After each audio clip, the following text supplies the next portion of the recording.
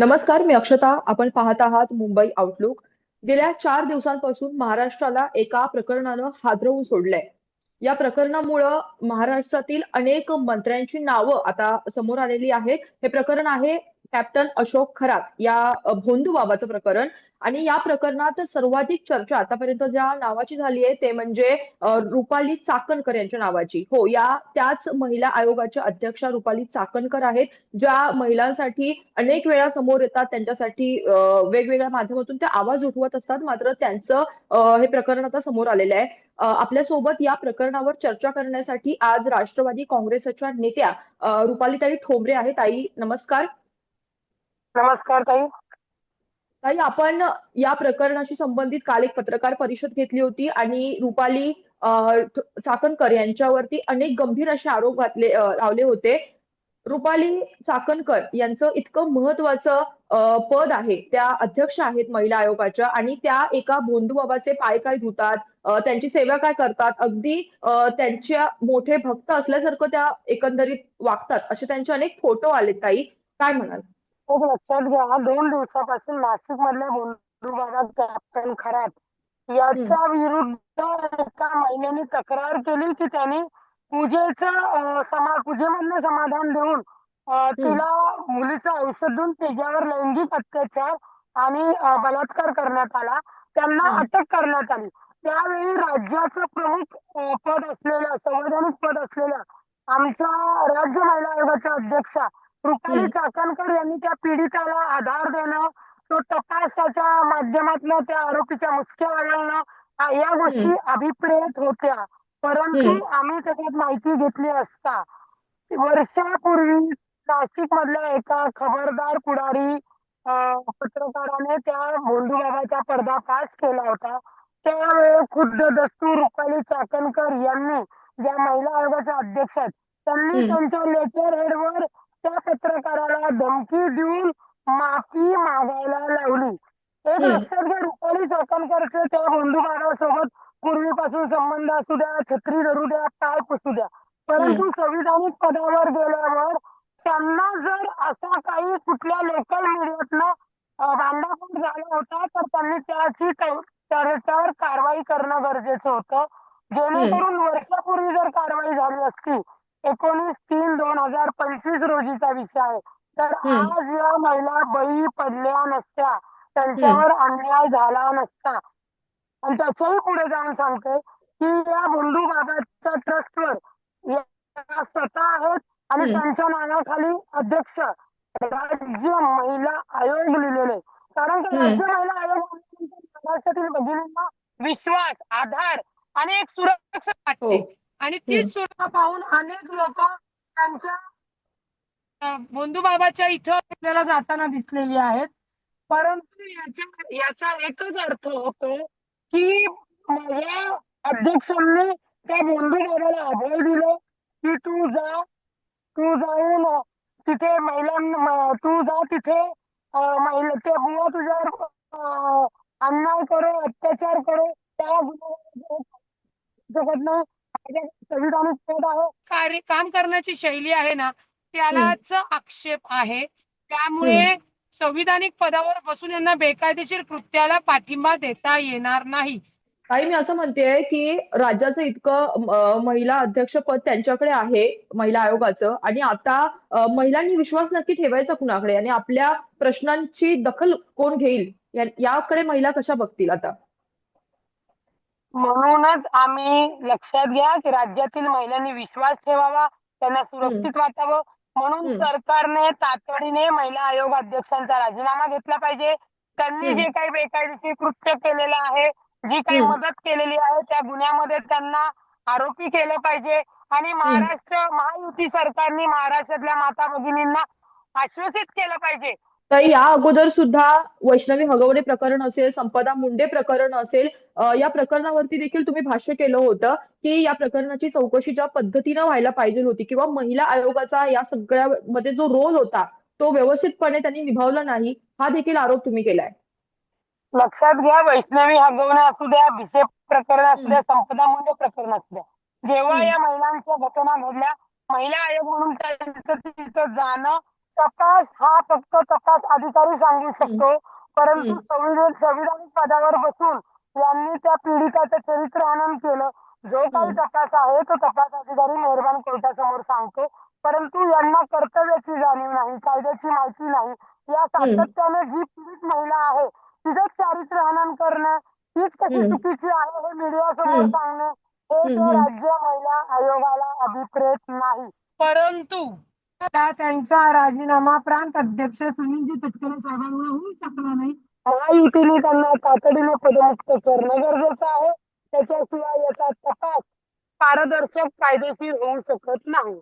ताई, वैष्णवी हगवणे प्रकरणाच्या वेळेस देखील अशा अनेक आरोप त्यांच्यावरती केले गेलेले की रुपाली चाकणकरांकडे पक्षाची जबाबदारी आहे आणि त्यांच्याकडे महिला आयोगाचं अध्यक्षपद देखील आहे, त्यामुळे त्यांना कुठेतरी तितका वेळ मिळत नाहीये महिलांच्या प्रश्नांकडे लक्ष द्यायला, असे देखील आरोप त्यावेळेस करण्यात आलेले. मुळामध्ये हम्म, बरोबर आहे. मुळामध्ये ना जर तुम्ही एखादा कार्यकर्ता, एखादी पदाधिकारी पक्षाची राज्य हम्म, महिला आयोगावर गेल्यानंतर तिने पक्षाचं कोणतं पद घ्यायचंच नसतं, ती कुठल्या एका पक्षाची नसते, ती हम्म, महाराष्ट्राच्या राज्य महिला आयोगाची एक महिलांची प्रतिनिधी म्हणून काम करत असते.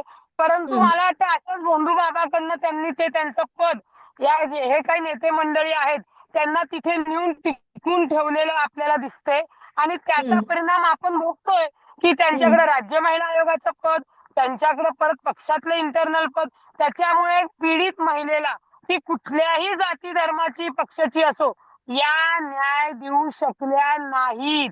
त्याचं कारण हम्म, हेच होतं, आम्ही सातत्यानं सांगतोय की एक जबाबदारी त्यांच्याकडे द्या, जेणेकरून महाराष्ट्राचं संविधानाचं पद हे फार महत्वाचं आहे, हे फार हम्म, संवेदनशील आहे, हे पूर्ण हम्म, कायदेशीररित्या अति महत्व आहे.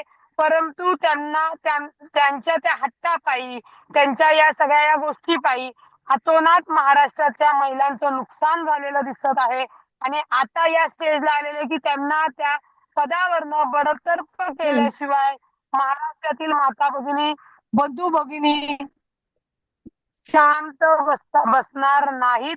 त्यामुळे घडलेल्या घटनेची जबाबदारी त्यांनी स्वीकारून, नैतिकता स्वीकारून तातडीने पायउतार व्हावे आणि हम्म. त्यांना आरोपी करून त्यांच्यावर त्यांचाही सखोल तपास करणं गरजेचं आहे.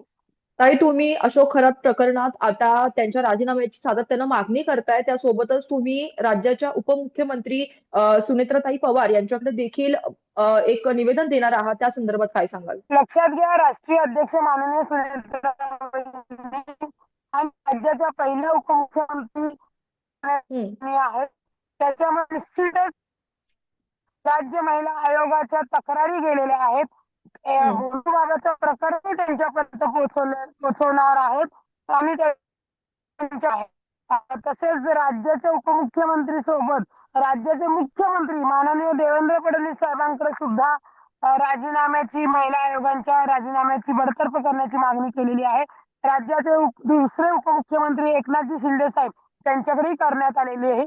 कारण का आता हम्म. प्रश्न ताई, सुषमा मला अंधारेंनी देखील त्यांना येस अटक करावी, चाकणकरांना आणि त्यांची नार्को टेस्ट करावी अशी देखील मागणी केली आहे.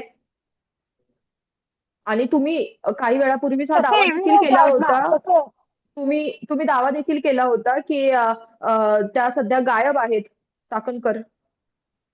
गायब नाही, फरार आहेत, फरार. मॅडम फरार सध्या आहेत, फरार फरार आहेत. आहेत, हम्म, फरार आहेत. हम्म, कारण का त्यांचा या घटनेमध्ये जो काही सहभाग आहे ते पत्र, ते एव्हिडन्स आम्ही दिलेले आहेत. पोलिसांनी त्याच्या हम्म, आधारे त्यांना आरोपी करणं गरजेचं आहे आणि एवढ्या मोठ्या हम्म, पदावर असताना, एवढा मोठा भोंदूबाबाने हे प्रकरण केलं असताना मीडिया समोर येत नाहीयेत, हम्म, कोणाशी बोलत नाही, तर हम्म, चालणार हम्म, नाही. आम्ही कोण हम्म. रुपाली चाकणकर म्हणून कोणाला बोलत नाही. आम्ही तुम्ही राज्याच्या ज्या अध्यक्ष आहात, महत्वाच्या विभागाचे अध्यक्ष आहात, म्हणून तुम्ही मीडिया समोर येणं आणि बाजू मांडणं तुमचं, तुम्ही ती काहीच करत नाही, काहीच बोलत नाहीयेत. ताई, अशोक खरात प्रकरणाची चौकशी, पूर्ण चौकशी जी आहे त्याच्यासाठी आता एसआयटी स्थापन केली आहे मुख्यमंत्र्यांनी, आणि हा जो सगळा तपास आहे तो आता IPS अधिकारी अश्विनी सातपुते यांच्याकडे सोपवण्यात आलाय, तेजस्वी सातपुते यांच्याकडे सोपवण्यात आलाय. या प्रकरणाची निपक्षपातीपणानं चौकशी होईल का? कारण एक महिला आता या प्रकरणाची चौकशी करणार आहे, एक महिला IPS. काय म्हणाल त्याच्याविषयी? नाही, मी मुख्यमंत्री साहेबांचा आभार मानेल, परंतु हम्म एसआयटी पेक्षाही माझं म्हणणं सीबीआय कडे हे प्रकरण दिलं पाहिजे. कारण का हम्म आयपीएस मॅडम तेजस्विनी सातपुते जरी सक्षम असल्या तरी हम्म तुम्हाला सांगते, चाकणकर मॅडम संविधानिक पदावर असल्यामुळे त्या त्यांची चौकशी पारदर्शकपणे करू शकत नाहीत. त्याच्यामुळे हम्म सीबीआय कडे हा तपास देण्यात यावा आणि त्यात रुपाली चाकणकर यांना तातडीने पदावरनं बडतर्फ हम्म करण्यात यावे. हम्म. ताई, माझा पुढचा असा प्रश्न आहे की रुपाली चाकणकर या तुमच्याच पक्षातल्या आहेत आणि खरं तर तुमच्याच पक्षातून त्यांच्यावरती टीका देखील होतीये. तर पक्षात एकंदरीत फूट पडते की काय असं देखील चित्र आहे. काय सांगाल?